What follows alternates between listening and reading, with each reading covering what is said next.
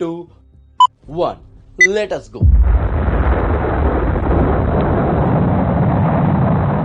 19 अप्रैल 1975 को भारत के पहले सैटेलाइट आर्यभट्ट की लॉन्चिंग होती है। 12 मिनट बाद ये सैटेलाइट अपने तय कक्ष में स्थापित हो जाता है, जिसने अंतरिक्ष में हमारी मौजूदगी दर्ज करा दी थी। लेकिन अपना पहला सैटेलाइट लॉन्च करना भारत के लिए इतना भी आसान नहीं था। जानकर हैरानी होगी कि देश के पहले सैटेलाइट की लॉन्चिंग भारत से नहीं, बल्कि रूस के कुप्स्टिन यार शहर से हुई।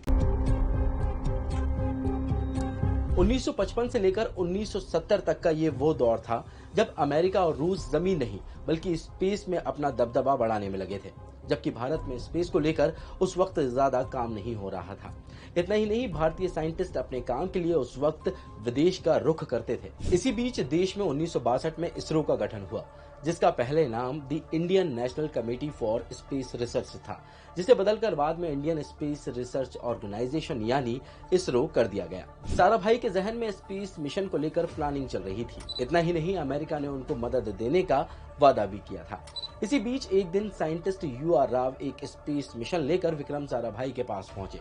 ये मिशन साराभाई को काफी पसंद आया, जिसके बाद साराभाई ने मिशन की सारी जिम्मेदारी राव को ही दे दी। जून 1971 को प्रधानमंत्री के आवास पर मीटिंग बुलाई गई। इसमें भारतीय राजदूत DP धर, साइंटिस्ट विक्रम साराभाई, UR राव और भारत में रूस के राजदूत निकोलाई पेगोव शामिल हुए। साराभाई ने इंदिरा गांधी को पहले सैटेलाइट बनाने का पूरा प्लान समझाया, लेकिन इस प्लान को पूरा करने के लिए जरूरत थी लॉन्चिंग व्हीकल की। मीटिंग में मौजूद रूस के राजदूत पेगोव मदद के लिए तैयार थे, पर उन्होंने मदद के बदले एक शर्त रख दी। वो ये थी कि भारत का सैटेलाइट चीन से बड़ा होना चाहिए।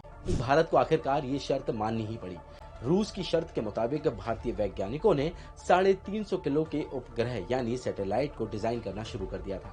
ये वजन में चीन के सैटेलाइट से 2 गुना था। रूस को भारतीय साइंटिस्टों पर उस वक्त भरोसा नहीं था। उन्होंने कहा कि भारत सिर्फ पेलोड बनाए और सोवियत सैटेलाइट के साथ उसे लॉन्च कर दे, पर राव इस बात के लिए नहीं माने। प्रोजेक्ट का काम आगे बढ़ा, लेकिन इसी बीच 1971 में विक्रम साराभाई की हार्ट अटैक से मौत हो गई।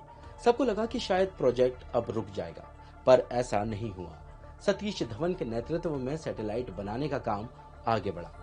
इंदिरा गांधी ने एक बार फिर इस प्रोजेक्ट के लिए त्रिवेंद्रम में एक बैठक आयोजित की। बैठक में इंदिरा गांधी का पहला सवाल यही था कि सैटेलाइट से देश को क्या फायदा मिलेगा। साइंटिस्ट UR राव ने कहा कि ये हमारा पहला मौका है। इससे देश के एक हिस्से से दूसरे हिस्से में कम्युनिकेशन आसान होने के साथ हम अंतरिक्ष के बारे में और ज्यादा जान पाएंगे। इंदिरा गांधी ने राव का जवाब सुनते ही 3 करोड़ के बजट और प्रोजेक्ट को हरी झंडी दे दी। एक बार लॉन्चिंग की डेट बीच में टली भी, पर 19 अप्रैल 1975 को आर्यभट्ट को लॉन्च कर दिया गया। इस पूरे मिशन को अंजाम देने वाले UR राव की आंखों में उस वक्त आंसू थे। हालांकि लॉन्च होने के 5 दिन बाद ही आर्यभट्ट सैटेलाइट अंतरिक्ष में कहीं खो गया। लेकिन भारत के उस पहले कदम ने आने वाले वक्त में अंतरिक्ष के लिए नए रास्ते खोल दिए।